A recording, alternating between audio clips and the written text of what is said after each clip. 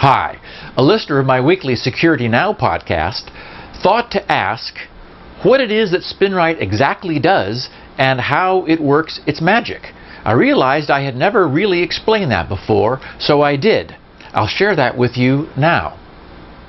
So, okay, just a minute to answer Sasha's question, what this does, what Spinrite does. Recently, I've been seeing the term bit rot, and I'm not sure why bit rot has been in the news recently, but there is a problem that hard drive data does degrade over time. We know there's things called so-called grown defects, and GROWN, that is defects growing over time. And try as they have, and they've done an amazing job, manufacturers are unable to produce absolutely perfect media. And that's become a bigger problem as we've been storing greater densities on these magnetic platters, because what it's done is by making the bits smaller, it's effectively made any defects bigger. So in order to deal with the fact that media is not perfect, and it has never been, even back when we were only storing 10 megabytes on disks, all of us who are old school, Leo, you'll certainly remember, when there were little charts printed on the outside of the disk drives showing the location of defects that had been found at the factory. Right. And what people who were formatting these drives were supposed to do was manually enter the list of defects into the low-level formatter, which would then mark those sectors as bad. Well, it quickly became clear that OEMs were not taking the time to do this. They were just pumping these systems out, and they weren't manually entering into a low-level formatter what the defects were. So one of Spinrite's first uses 20 years ago was people would run it on brand new drives, and it would find defects, often in sectors they were using, which was a concern. So Spinrite would relocate the data to non-defective sectors, mark those sectors bad, and then keep them from being used. So Spinrite was doing the work that should have been done by the OEMs but wasn't being done by the OEMs. So over time, drives evolved. Drives began handling their own defective sectors, meaning that even though there were still defects, they would manage them themselves. So then Spinrite's job changed. Then, by running Spinrite on these drives, it would show the drive that there was a problem that the drive wasn't aware of, because the drive isn't omniscient. It only knows there's a problem if it tries to read the data and has a problem reading it. So the way that works is that there's error correction technology which is able to correct runs of bad bits up to a certain length. That is, you might have, like, you could sort of think of it as a pimple on the surface, but the data only intersects sort of an edge of the pimple. So a few bits cannot be stored accurately there because there's just a problem in the media. So the drive incorporates technology. It actually stores extra data at the end of the sector, which very cleverly allows it to correct any small problem which it may have encountered in reading the sector. Now, what can happen over time is, just because of the head flying over the surface, there is some interaction. There is an air bearing. There is a little bit of mechanical flexing of the surface of the disk. and that can interact with this pimple to make it bigger over time. So while, for example, maybe only 4 bits had a problem originally, that grew. The defect grew to 5 or 6 or 7 as this problem on the surface grew over time. So what happens is, again, the drive doesn't know there are these growing problems until it reads the sector. So one of the things that Spinrite does today, when I talk about it being a preventive maintenance preventive maintenance value, is it simply goes out and reads the entire drive. It also writes it, flipping all the bits upside down, and then reads that, and then flips them back and reads it again.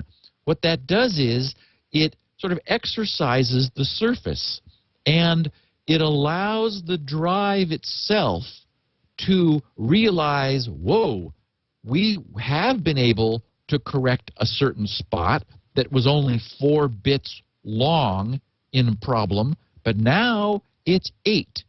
And say that the drive's maximum ability to correct is 12 bits. Well, at some point, at some threshold, 4 it might have been comfortable with. It got up to 8, and then it says, oh, you know, this is getting worrisomely close to our maximum ability of, for example, 12 bits to correct. So right now, before it gets any worse, we're going to relocate this sector. It didn't bother when it was just 4 bits of problem. It bothers when it's 8. So it relocates the sector itself and puts a new good sector in place.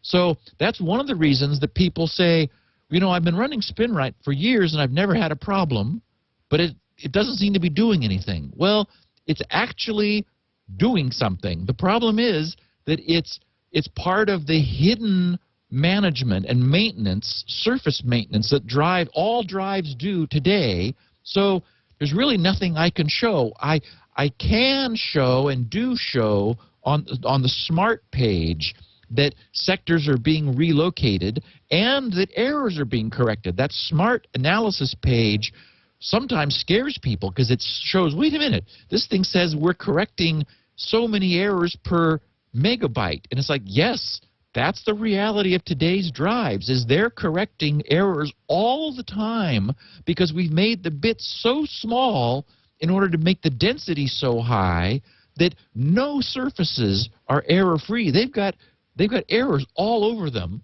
but we're taking them in stride. So one of the things that Spinrite does from a preventive maintenance standpoint is work with the drive to show it it's got problems and induce it to relocate sectors to safety before those problems get too big.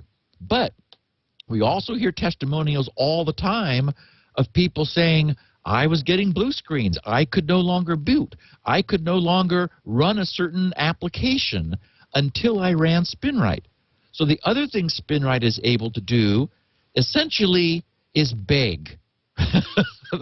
It just begs for the data because we would like to believe that drives are digital, that they're just ones and zeros, and that's what's being stored. But the fact is, down at the sizes we're dealing with, it's all become analog. And so we're not just storing digital data anymore. We're not really storing digital data. We're storing analog data, which we reinterpret as digital data.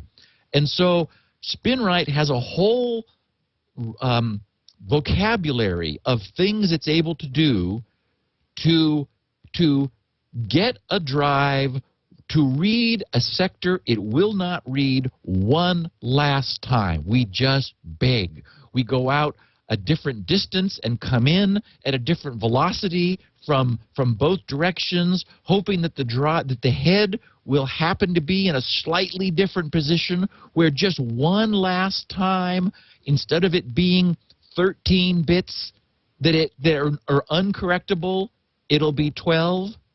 Spinrite has this thing called Dynastat, which is a dynamic statistics system, where it's actually able to reassemble what must be in the missing area in order for that sector to be corrected, it's able to essentially interpolate the missing data and reverse engineer what was originally there, even though the drive won't read it. So there's all kinds of things that Spinrite can do if we wait too long to use it. Of course, everyone waits too long. Most people aren't buying it for preventive maintenance because, it's not cheap. It's $89. But you own it for life. I've been keeping it alive for the last 2 decades, so you can imagine you'll end up being able to amortize that purchase out over time. So that's what it does. It really can recover data which the drive tells you it cannot read. Spinrite says, just give it to us one last time. When it does, then the drive says, oh my God, I'm so happy I was able to read that one last time. It relocates that data to safety and puts a new sector back with the recovered data, and then your computer boots again, or your applications run, or you can access your database, or whatever. It's better if you run Spinrite over it every few months, or, often enough. No one really knows what that is, but every few months is probably often enough to show it there are problems evolving before they get to the point that you're, holding your breath and crossing your fingers that Spinrite will bring your data back, which more often than not it seems able to. So that's the whole story. There's the Spinrite story. Hi again. So, I imagine you now know more about Spinrite than you ever thought you wanted to. If you have not had a chance yet to look at the testimonials from Spinrite's actual customers, please take a second to do so. I think you'll be convinced. Thanks very much.